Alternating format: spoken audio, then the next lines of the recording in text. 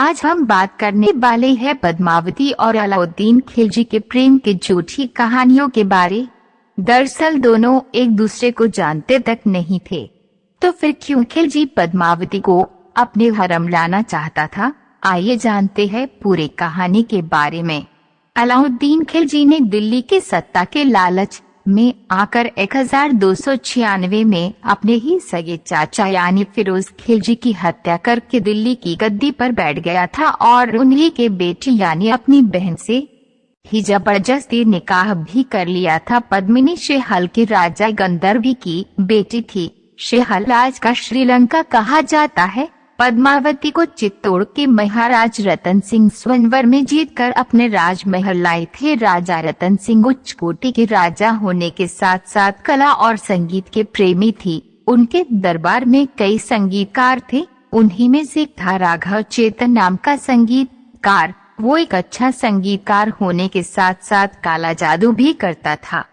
एक दिन राजा ने उसे काला जादू करते हुए पकड़ लिया था, जिसके बाद उसे रतन सिंह ने अपने राज्य से निष्कासित कर दिया था। अपना निरादर देख चेतन बागी होकर खिलजी के राज्य में उसकी शरण में जा पहुंचा और कुछ ही दिनों में चित्तौड़ के किले की खूबसूरती के साथ साथ रानी पद्मावती के सौंदर्य को खिलजी के सामने इस तरह से प्रस्तुत करने लगा कि खिलजी के मन में रानी पद्मावती को पाने की चाहत दिनों दिन बढ़ने लगी। राघव चेतन ने एक दिन अलाउद्दीन खिलजी से कहा, इतनी खूबसूरत रानी पद्मावती तो आपकी बेगम होनी चाहिए।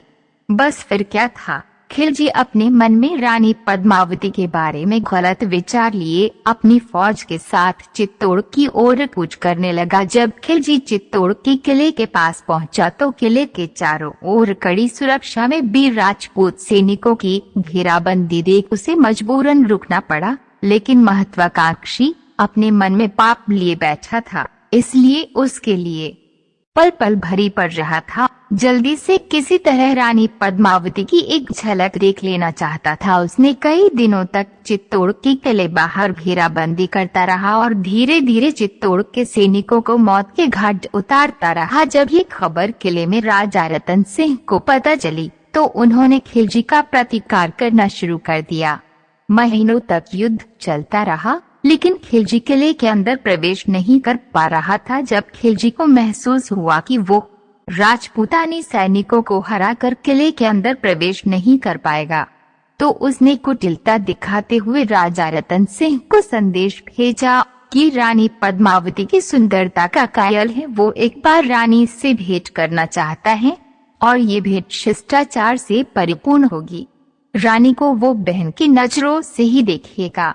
अलाउद्दीन खिलजी का संदेश सुनकर राजा रतन सिंह ने प्रजा और राज्य का हित देखते हुए खिलजी का प्रस्ताव मान लिया और अगले दिन खिलजी को महल के अंदर आने का इंतजाम करवा दिया। अलाउद्दीन अपने कुछ भरोसेमंद सैनिकों के साथ चित्तौड़गढ़ किले में प्रवेश कर गया। उसका अंदर स्वागत किया गया और शर्त के अनुसार उसे रानी पद्मावती को दिखाया गया, लेकिन रानी खुद सामने नहीं आई। खिलजी को एक बड़े शीशे में रानी का प्रतिबिंब दिखाया गया। खिलजी को पद्मावती का प्रतिबिंब इतना पसंद आया कि उसकी नीयत बिगड़ गई। सोचने लगा था कि जिसका प्रतिबिंब ही इतना सुंदर हो तो वो खुद कितना ही सुंदर होगा। अब खिलजी ने रानी पद्मावती को अपने हराम ले जाने का ठान लिया और अपने सैनिकों की मदद से राजा रतन सिंह को धोखे से बंदी बनाकर अपने कबीले में खींच चला गया और रानी पद्मावती को संदेश भेजा कि अगर राजा रतन सिंह और अपने राज्य के सभी मर्दों को जिंदा देखना चाहती हो तो तुम्हें मेरे साथ मेरे हरम में चलना पड़ेगा। अगले दिन खिलजी को संदेश मिला कि रानी उसके साथ हरम में चलने को तैयार है, लेकिन उनकी शर्त है कि राजा रतन सिंह को उन्हें जिंदा छोड़ना होगा। अलाउद्दीन ने रानी की शर्त मंजूर कर ली। अगली सुबह जब 40 डोली सजाई गई और उसमें रानी पद्मावती नहीं बल्कि चित्तौड़ के प्रधान सेनापति गोरा और बदल सिंह ने अपनी तलवारें और शस्त्र लेकर अपने चुनिंदा सैनिकों के साथ डोलियों में बैठकर किले के बाहर आए। सजी हुई डोली देखकर राजा रतन सिंह अत्यंत दुखी हुए। उन्हें लगाने लगा था कि उनकी रानी उनके साथ धोखा करके इस जाहिल के जा रही है, लेकिन ऐसा नहीं था। डोलियों को अपने कबीले की ओर आता देख खिलजी का खुशी का ठिकाना नहीं था। डोलियां उसके में कबीले के अंदर पहुंचाई गई तो उनमें से तलवारें लेकर गोरा और बादल सिंह अपने वीर सिपाहियों के साथ बाहर आए और खिलजी की सेना पर टूट पड़े। इस तरह से वे राजा रतन सिंह को खिलजी की कैद से छुड़ा कर ले जाने में सफल रहे, लेकिन गोरा को युद्ध में अपने प्राण गंवाने पड़े।